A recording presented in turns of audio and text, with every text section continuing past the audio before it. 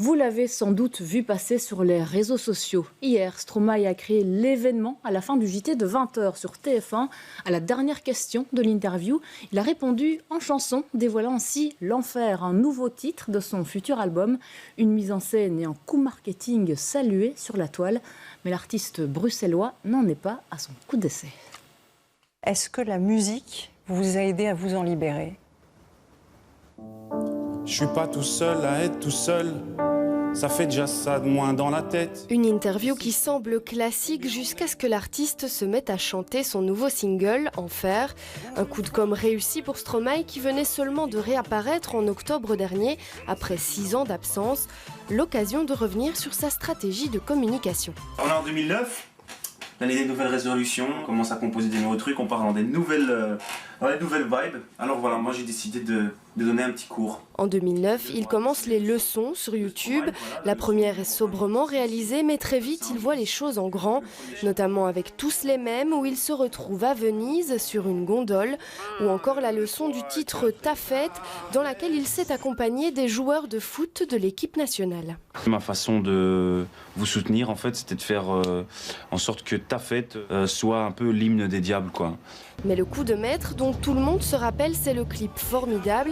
Des internautes l'ont filmé sur la place Louise, le croyant ivre. Certains l'ont interpellé, inquiet de son état.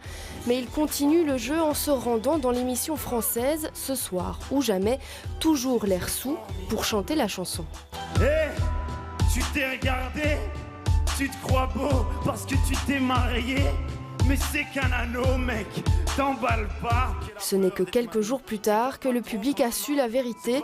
Il n'était pas ivre mais filmait son clip en caméra cachée.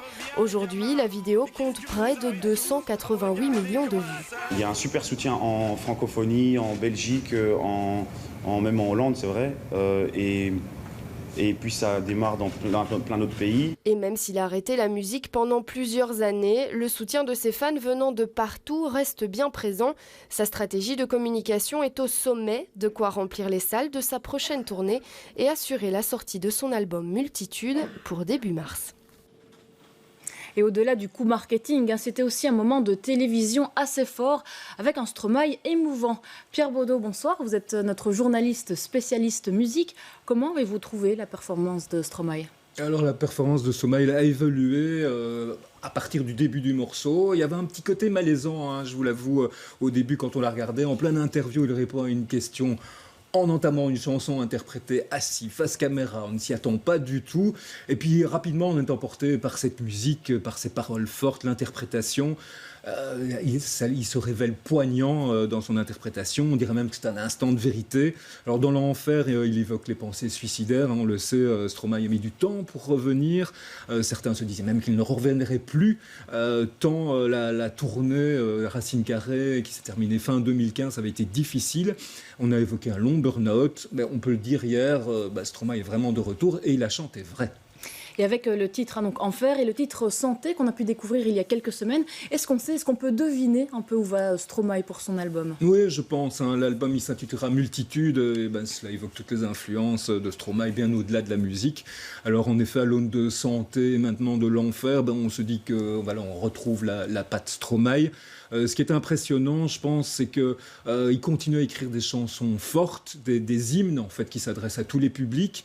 Et on constate qu'il garde sa touche électro, ce qu'il a depuis ses débuts. Et puis il reste connecté aux différentes évolutions de la musique. Il a participé et collaboré à beaucoup de titres, dont ceux d'Orelsan par exemple. Donc il garde sa patte. Et il y a bien sûr évidemment un style Stromae.